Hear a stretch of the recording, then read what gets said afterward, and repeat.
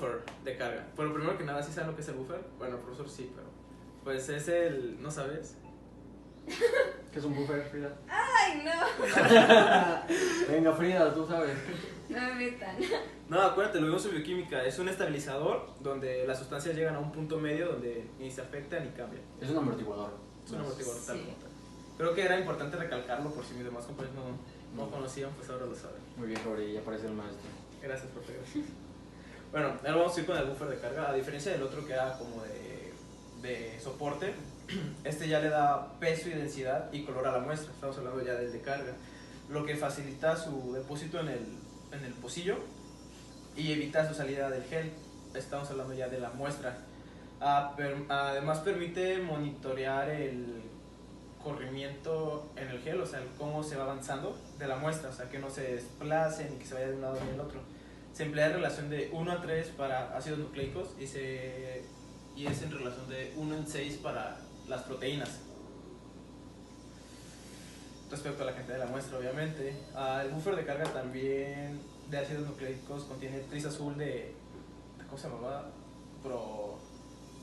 Bromofenol. Muy bien. Bromofenol azul y azul de xileno. Y eso era en el caso de los ácidos nucleicos. Ahora vamos a pasar a lo que son Y antes, Jauri, volviendo al buffer de carga, si nosotros decíamos condiciones desnaturalizantes y reductoras, ¿qué necesitamos?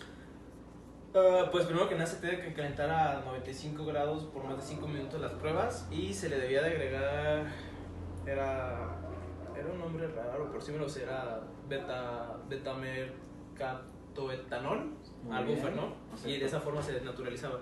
Muy bien. Pero también quería comentar lo que contienen los buffers de carga para proteínas.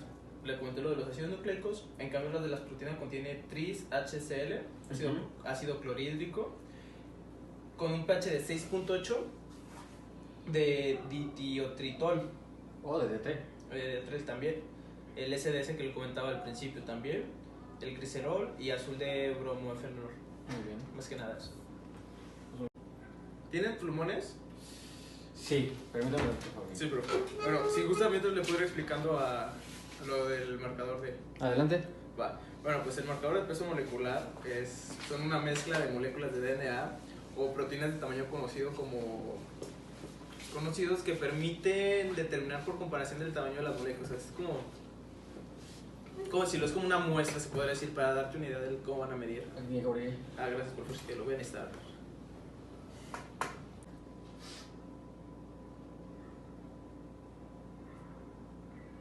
¿Qué está dibujando, Jauri? Según quiero hacer el marcador de peso molecular, Perfecto. se da cuenta que tenemos lo que es así y lo que nos va a dar la resultado son. Entonces ya, conforme el tamaño, por ejemplo, decís, esto es proteína,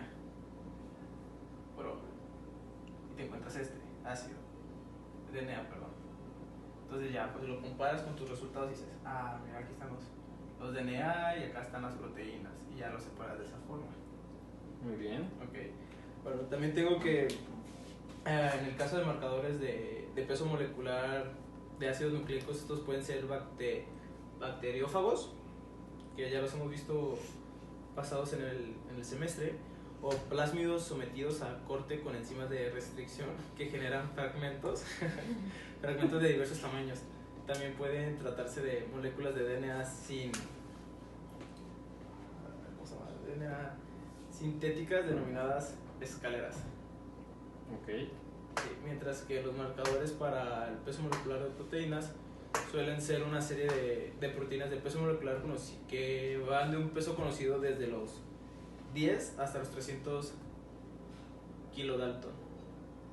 ¿Sí son kilodalton? Sí. Sí, ¿verdad? Kilodalton.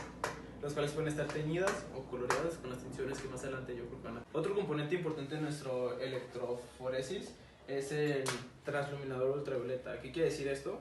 Pues es un aparato que transmite la luz del espectro ultravioleta a través de la muestra. A ver, cuenta que la pasamos como Sí. Y bueno, y esto excita la molécula cromogénica, esto quiere decir que ya está teñida, que emite energía fluorescente y permite visualizarla. Entonces nosotros tenemos nuestra electroforesis aquí. Y ese es mi transluminador, entonces va a ser. Y vamos a ver una parte donde vamos a ver la muestra. Vamos para el otro lado de. Ya no se preocupa. Se da otra puerta. En general emiten una energía, una longitud de onda 302 nanómetros. Esto es muy chingón. Aunque también existen para 254 y 365, pero suelen contar con un botón para baja y alta intensidades por si se requiere con una menor exposición a la muestra a la luz ultravioleta, ya que a veces podemos o no traspasa la membrana o la podemos quemar. Entonces es importante tener en consideración los valores. Tenemos diferentes tipos de transluminadores. Uno de ellos son los epitransluminadores, que van desde los 365 hasta los 480 nanómetros, que generan una emisión visible por fluorescencia igual que el transluminador, pero a diferencia de la fuente de energía se encuentra reflejada y no pasa a través de la muestra. Y también tenemos el epiluminador, es efectivo en geles muy densos, o sea que es como que y se ve más. ¿Sí me expliqué? Entonces voy a dibujar mi cajita aquí otra vez. Y mi transluminador. No, profe, ya veo que es miércoles de Vicky, ¿eh? Obvio. No se le puede pasar, chulada. Saliendo de aquí, ¿qué opinas, Frida? ¿Jalo? Jalo. Vamos a empedarlo, profe. Vamos por nuestro 100. Bueno, ahora ya vamos a entrar en una determinada electroforesis submarina. Que ahora que empiezo a recapitular un poco y tiene más sentido, se llama submarina porque está debajo del agua. No. Marina. Qué ocurrente, Gabriel. Perdón. En la que la totalidad del gel se cubre con el buffer de corrimiento desde el momento de cargar las muestras en los pocillos, como se ejemplifica aquí, por ejemplo. Entonces, submarina. ¿Ok? Pues si muy bien. te vas, ¿qué será de mí? Perdón, profe. Necesitaba agarrar inspiración. Te entiendo. ¿O prefiere que cante Bad Bunny? No, ¿qué es eso, Jauregui? Por Dios, ¿quiere Sí, que me sí, salgan los no, oídos? no. ¡No! Bueno, ya. Continuamos con la clase, profe, perdón. Dale. Tranquilo, lo voy a enseñar lo que es buena música. Lo dudo. Esté tranqui. Bueno, ahora vamos a ver lo que era la electroforesis Ya vimos el horizontal, entonces nos Horizontal. entramos en vertical. horizontal. Vertical. Qué mamado, Jauregui. Gracias, profe. Se notan los pesos. He estado trabajando Se ve. Bueno, Frida, ¿me puedes repetir qué buscábamos en horizontal? Vamos a ver si quedó claro. O si me estás poniendo atención o no. Estoy en otro. ¿Qué decíamos de esto, compañera? ¿Qué buscábamos aquí? DNA Ok, ¿y esto para qué lo utilizamos? para proteínas. Efectivamente, bueno, como mi compañera Frida ya lo comentó, la electroforesis vertical se utiliza a través de un gel de. ¿Cómo se llama? Se me traba la lengua, por ejemplo. Poliacrilamida. Ajá, poliacrilamida. ¿Se acuerda que al principio me decía que no leía? Pero es mi problema el habla. Los nervios, profe, ya sabe. Bueno, entonces en la vertical tenemos que se emplea de forma exclusivamente con gel de Poliacrilamida. Poliacrilamida, gracias. Es un chocolate. Se me traba un poco la lengua. Se utiliza para proteínas de pequeños tamaños. ¿Usted dígame? Sí, ¿no? Sí, proteínas. El gel debe estar contenido entre dos placas rectangulares de vidrio, donde la corriente eléctrica se genera gracias al buffer en el que se encuentra embebido el gel. O sea, por acá. Y llena las cubetas.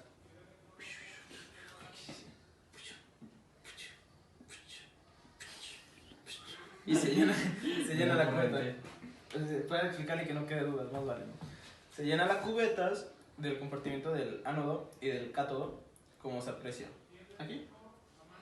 Y tienen que mantener eso. Y ahorita les voy a comentar lo que es el procedimiento general de una electroforesis un poquito más detallada. Esta es la puntita del iceberg. ¿Ubica el que hundió el Titanic? ¿Qué era la puntita? No, nunca me llamó la atención ese. Bueno, pues imaginen que es la puntita. Pero el iceberg era lo de abajo. Entonces usted pegó con la puntita. Ahorita le estoy pegando. Entonces le decía, profe, ahorita les di la puntita del tema, pero toda la información está por venir. Así es, tiene toda la razón. O sea, lo demás, el procedimiento y todo. ¿Nos va a explicar ahorita? Sí, pues si quieres la próxima clase no tengo inconveniente. De una vez, de una vez. Vale, bueno. Procedimiento general de electroforesis.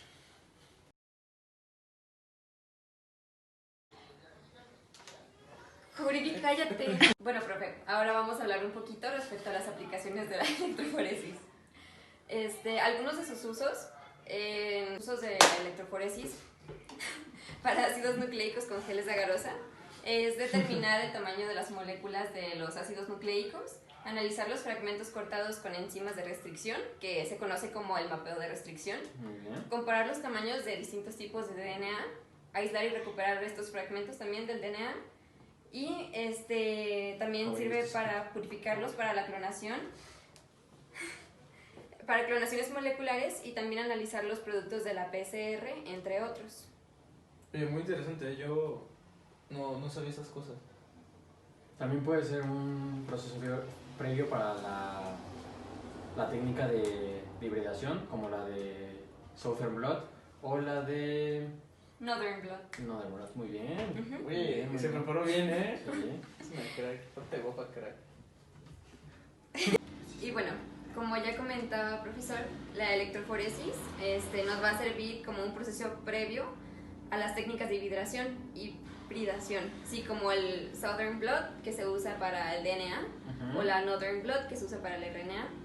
Y en la presencia de determinada secuencia de ácido nucleico en una mezcla de moléculas, se va a distinguir por su tamaño y se va a confirmar por hibridación con una secuencia específica. Así es. Y pues ahora sí que en el caso de las proteínas, la electroforesis se va a aplicar identificación de fracciones proteicas o proteínas particulares por su tamaño, como es en el caso de la electroforesis por las globulinas o proteínas séricas. Pero pues sobre todo va a ser para la identificación de moléculas particulares, empleando después la reacción de antígeno-anticuerpo específica en la técnica de Western Blot. Muy bien. Y pues sí, también la electroforesis es crucial para las técnicas de secuenciación, que después de un corrimiento electroforético de las 4 reacciones de elongación con los dideoxinucleótidos, se puede deducir la secuencia del segmento del ácido nucleico. Y pues también podría ser que la electroforesis es crucial para las técnicas como la secuenciación, que después de un corrimiento electroforético de las 4 reacciones de elongación con dideoxinucleótidos, se puede deducir la secuencia de un segmento de ácido nucleico. E incluso ahorita con la modernidad podemos tener secuenciadores automáticos que van a emplear la electroforesis capilar, y esta va a discernir la secuencia de la secuencia. Y pues también tenemos los termocicladores en tiempo real, que van a detectar los fragmentos amplificados en una electroforesis capilar, y esta va a ser posible por la detección inmediata de los segmentos amplificados y su lectura por el láser correspondiente al Fluorocromo. Con el que el producto está marcado. Muy bien, muy bien. Se merece un 10, Frida. Está bien. Los dos se merecen un 10. Gracias. Pues saben, yo creo que hay que admirar a los productores de cine. La verdad que ese show de grabar es muy complicado. O sea, Sí. uno no valora lo que se ve. O sea, ¿a qué viene esto? No, pues no sé, la presentación de mi compañera, a la suya, profesor, la verdad. Pero lo hicieron muy bien. La verdad es que Sí. me gustó el esfuerzo que hicieron con el tema de hoy. No, yo pensé que no venían preparados, pero muy bien. Sí, gracias. Voy a tener en cuenta muchísimo esto para su calificación. Gracias, profe.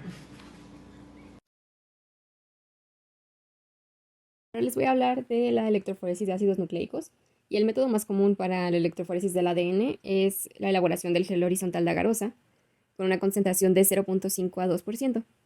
Y como sabemos, la carga eléctrica del ADN la van a otorgar sus grupos fosfato, por lo tanto, esta va a tener una carga negativa. Dado que la molécula de ADN siempre tiene la misma forma, la movilidad de la electroforesis va a depender únicamente de la longitud del ADN, es decir, la cantidad de pares de bases que ésta tenga, y se va a representar en bandas. Y el corrimiento se va a realizar en voltajes de entre 25 y 100 voltios, y a mayor sea el voltaje, mayor va a ser la velocidad de corrimiento. El avance electroforético se va a monitorear a través de la visualización por medio de colorantes, de los cuales hablaremos más adelante, y estos van a estar contenidos en el buffer de carga con el que se mezcla previo a su colocación en el pocillo. La preparación del gel se tiene que estandarizar primero qué concentración de agarosa es la más adecuada de acuerdo a la muestra que se desee separar. Pues inmediatamente después de vaciar la agarosa a la cámara, se tiene que insertar el peine o los peines necesarios y la agarosa va a tardar en solidificar alrededor de unos 20 minutos. Y pues una vez solidificado el gel, se tiene que añadir el buffer de corrimiento y se retiran los peines. Las muestras se van a mezclar con el buffer de carga y se van a depositar de manera cuidadosa en los pocillos para que se evite que salgan y puedan contaminar el pocillo que está al lado. Y pues debe de considerarse el uso también del marcador de peso molecular en por lo menos uno de los carriles para la determinación del peso molecular de la muestra. Y pues este marcador también debe de mezclarse con el buffer de carga, excepto cuando ya viene preparado para su uso comercial. Depositadas las muestras en los pocillos, se procede a la transmisión de corriente eléctrica y se va a aplicar un voltaje de acuerdo con el peso molecular de las moléculas de ADN que se busque separar. Para el caso de los productos de PCR, que van entre 100 pares de bases y 1.5 kilobases, se recomienda usar voltajes entre 75 y 100 voltios, mientras que para las muestras de ADN genómico y plasmídico, que son mayores a 2 kilobases, se recomienda aplicar valores entre 25 y 75 voltios. Durante el corrimiento se va a monitorear la migración de la muestra por medio de los colorantes que contiene el buffer de carga, que van a ser ya sea el azul de bromofenol o el azul de xileno, y en los geles de agarosa, dentro del rango de 0.5 y 1.5%, el azul de xileno va a migrar de manera similar a un fragmento de ADN de 4 kilobases, mientras que el azul de bromofenol se va a comportar como un fragmento de 300 pares de bases. Y la electroforesis se va a detener cuando se considere que la muestra se localiza en la posición deseada o bien cuando se ha corrido por lo menos 3/4 partes del gel. Y pues finalmente comentar que existen múltiples factores que pueden afectar la migración del ADN, como la concentración del gel utilizado, el tamaño de la molécula del ADN de muestra, el empaquetamiento del ADN, el voltaje, la temperatura del buffer de corrimiento, la contaminación de agentes intercalantes de la muestra, la composición del buffer de corrimiento, etc. Pues bueno, para la visualización de estas muestras se va a utilizar un colorante fluorescente, que es el bromuro de tirio, que va a tener la propiedad de intercalarse entre las bases nitrogenadas del ADN, pero debido a esta propiedad es un agente mutagénico y debe manipularse con cuidado. Este se va a generalmente agregar a la agarosa a 0.5 miligramos por mililitro antes de permitir la solidificación, o en su defecto se puede incorporar después del corrimiento incubando el gel en la solución que lo contenga también a 0.5 miligramos por mililitro, y este va a emitir una fluorescencia color naranja cuando se expone a la luz ultravioleta, con una longitud de 254 nanómetros y longitud de emisión de 366 nanómetros. La señal fluorescente será proporcional a la cantidad de producto y su sensibilidad permitirá detectar cerca de 300 picogramos de ácido nucleico por banda. Pero el bromuro de tirio es mutagénico y cancerígeno, por lo tanto se recomienda usar guantes si es que se va a usar en el procedimiento. Pero también existen otras opciones en la actualidad. El bromuro de tirio se ha sustituido por un compuesto comercial que se llama SYBR Safe, que se une de manera no covalente a los ácidos nucleicos. Y este colorante tiene una fluorescencia a 280, una excitación máxima a 502 nanómetros y una emisión máxima a 530 nanómetros. Y pues este colorante va a permitir que el ADN se pueda visualizar también con una luz ultravioleta en el rango de 470 a 530 nanómetros. Y por otro lado tenemos el colorante de cianina simétrico, el SYBR Green, que tiene una gran afinidad con el surco menor del ADN bicatenario y es unas 25 veces más fluorescente que el bromuro de tirio. Para los geles de acrilamida, la alternativa al bromuro de tirio es el nitrato de plata. Y pues esta es más sensible que el bromuro de tirio, más barata y a largo plazo mucho menos tóxica. Bueno, ahora vamos a hablar de la electroforesis de proteínas, y el método más empleado para esta electroforesis se lleva a cabo en un sistema discontinuo, es decir, un gel conformado por dos geles de poliacrilamida. Uno va a ser de resolución y el otro de compactamiento. Estos van a tener diferente concentración, composición y pH. Van a estar unidos pero limitados por una fase de separación visible a contraluz, y esto se va a lograr al prepararse por separado, esperando la polimerización total del primero para continuar con la del segundo, si no, pues en estado líquido se mezclarían. Para la electroforesis de proteínas, la acrilamida se va a preparar a partir de una solución al 30% de acrilamida bisacrilamida y se va a mezclar con el buffer correspondiente y una solución de SDS, además de añadirle APS y TEMET, y estos van a ser polimerizadores en concentraciones de orden de 1 a 10 milimoles. Lo que va a hacer es que APS va a generar radicales libres, por lo que va a ser un iniciador de polimerización que va a darle la forma final al gel, y también el TEMET funciona como iniciador de polimerización. Entonces, el gel resultante va a depender de la concentración de APS y TEMET ya que al aumento de su concentración va a disminuir la longitud media de la cadena de polímero y por lo tanto va a disminuir su elasticidad y le va a restar transparencia al gel. Es entonces que se tiene que usar una concentración lo menor posible para que se permita la polimerización en un tiempo óptimo. El gel de acrilamida se va a formar entre dos vidrios y el sistema completo se va a sumergir en el buffer de corrimiento dentro de la cámara vertical de electroforesis. Y al momento de sumergir los geles en el tanque, se debe de asegurar que los pocillos estén totalmente cubiertos por el buffer. Y es común que en estos geles de acrilamida se realice un precorrimiento de unos 10 a 30 minutos en voltajes bajos, esto para asegurarse que los pocillos se limpien antes de cargarlos de las muestras. Para poder realizar la electroforesis de proteínas, primero tenemos que preparar nuestra muestra, y esto se va a realizar por una reacción físico-química en la que se tienen que romper los enlaces peptídicos y los puentes disulfuro por la acción de SDS, reactivos reductores y temperaturas elevadas de aproximadamente 95 grados centígrados, que al final lo que va a hacer es desnaturalizar la proteína hasta su estructura primaria. Una vez obtenida la muestra, se va a realizar una mezcla con el buffer de carga y se va a depositar con cuidado en los pocillos, evitando que se contamine con el pocillo contiguo. Y aquí también hay que considerar el uso de un marcador estándar de proteínas para la medición del peso molecular de la muestra. Una vez que se colocan las muestras de proteínas en cada pocillo del gel, se tienen que conectar los cables correspondientes de los electrodos a la fuente de energía, pero esto se tiene que hacer con el voltaje o amperaje adecuado. Y pues para calcular el voltaje adecuado es importante conocer la distancia de centímetros del gel desde la parte superior hasta la parte inferior, y esta distancia se va a multiplicar por 8 a 15 voltios para determinar el voltaje de corrimiento. Y para el amperaje se tiene que tomar en cuenta la fuerza iónica del buffer. En el caso de trabajar con el buffer tris SDS glicina, el valor recomendado es de 25 a 30 miliamperios. Y la electroforesis se realiza hasta que el colorante visualizado, como una línea azul, haya llegado a los límites de la parte inferior del gel. Para la visualización de estas muestras se puede usar el colorante azul brillante de Coomassie o se puede usar la tinción por plata.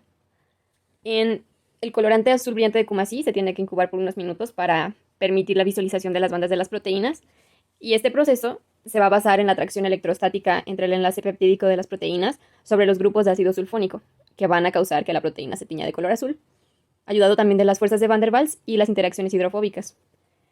La tinción azul de Coomassie generalmente puede detectar bandas de proteína de 50 nanogramos, mientras que la tinción con plata va a tener una sensibilidad 50 veces mayor. El proceso de tinción con plata consiste en desarrollar color en el gel por medio de la incubación en soluciones de metano, ácido acético, metanol, agua, tiosulfato de sodio, y posterior a esto se lava y se procede a la incubación en frío de aproximadamente 4 grados centígrados en cloruro de plata. Posterior a esto se vuelve a lavar y se incuba con carbonato de sodio y formol, y finalmente se incuba en soluciones de ácido acético antes de fotografiar o escanearlas.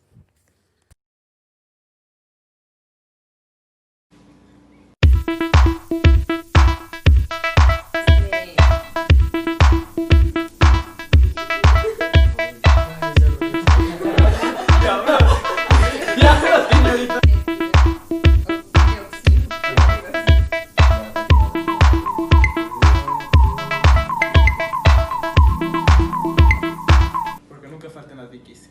Miércoles de Vicky. Y cuando te lo quito, después de los paris, la copa de vino, la libra